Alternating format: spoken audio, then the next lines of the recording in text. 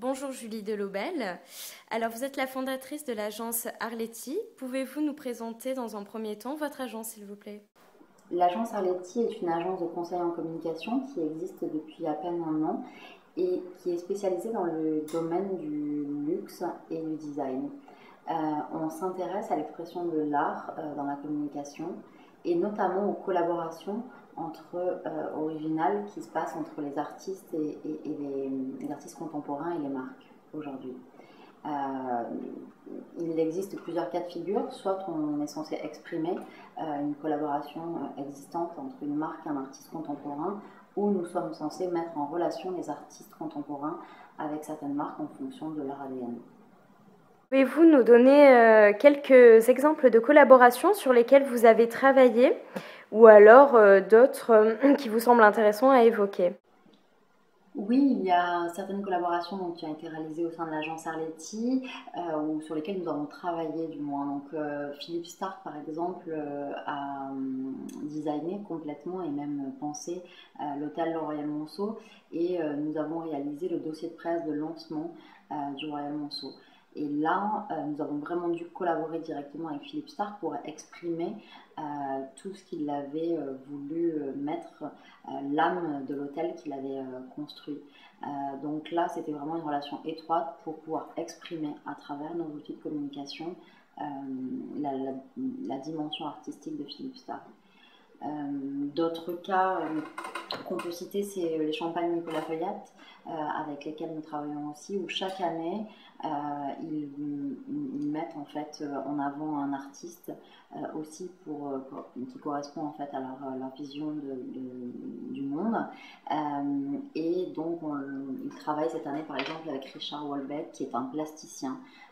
Et donc, même chose, il a fallu donc créer des outils de communication pour exprimer cette collaboration.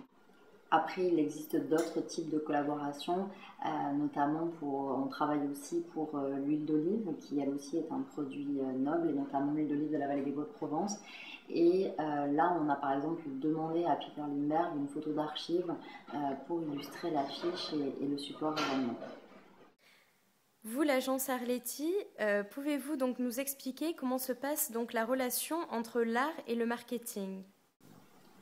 Enfin, en général, ce sont des collaborations qui se passent plutôt bien, puisque les artistes et les marques sont mis en relation selon leurs affinités.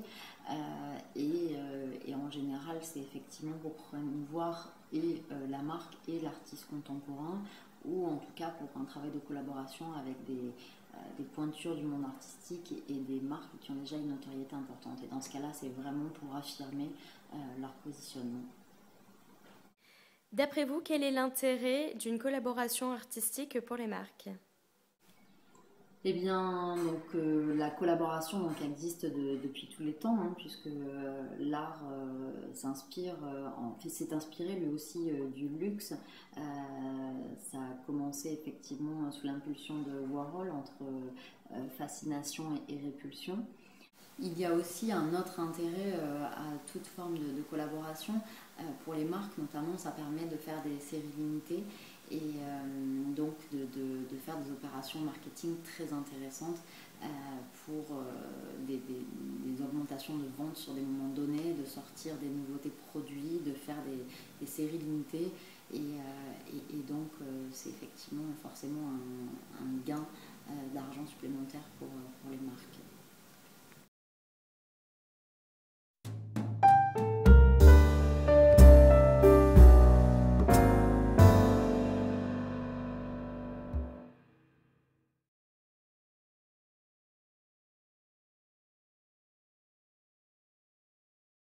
Alors, pour être sincère, j'étais au préalable pas intéressée par Dali.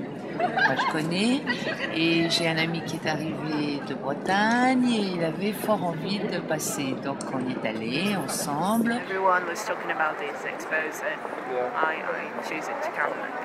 Let's see why everyone is talking about this, why it's so good. Parce que je suis à Paris pour 3 jours, parce que j'adore le centre de Beaubourg et parce que Dali est un artiste contemporain, donc ça m'intéresse. Alors tout d'abord parce que c'est un très grand artiste, on en a beaucoup parlé et que j'avais vraiment envie de voir cette expo.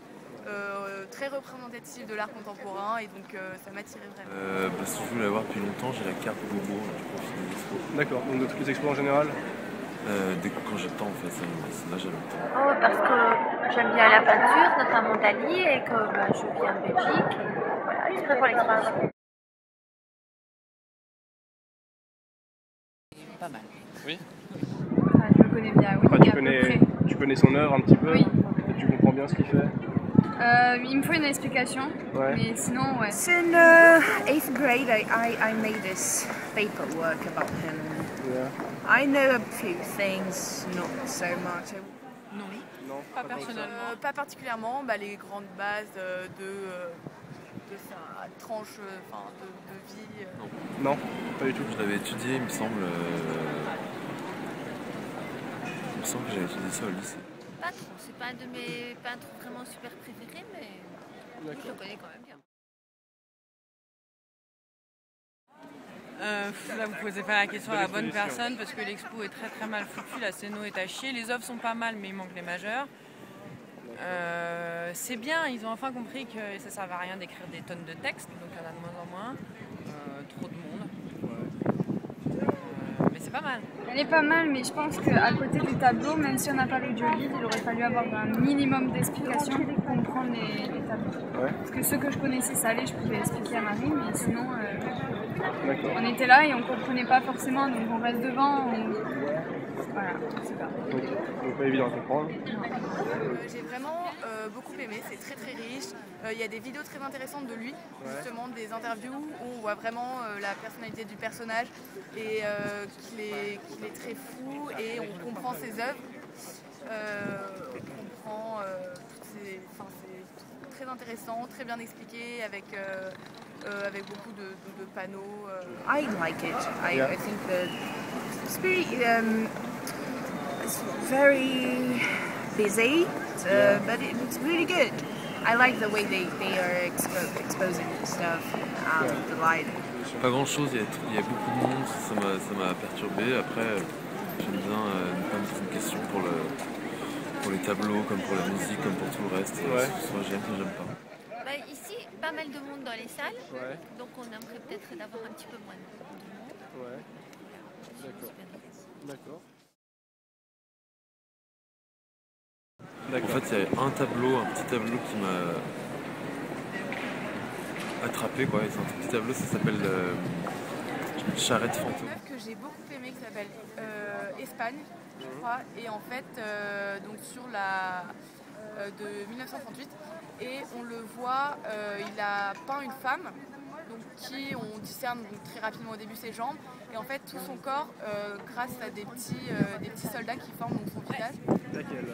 Alors je sais pas son titre, mais c'est une œuvre où il reprend la tête d'une vierge de Raphaël en recréant architecturalement un dôme qui fait penser au dôme de Brunelleschi à Florence, donc c'est génial.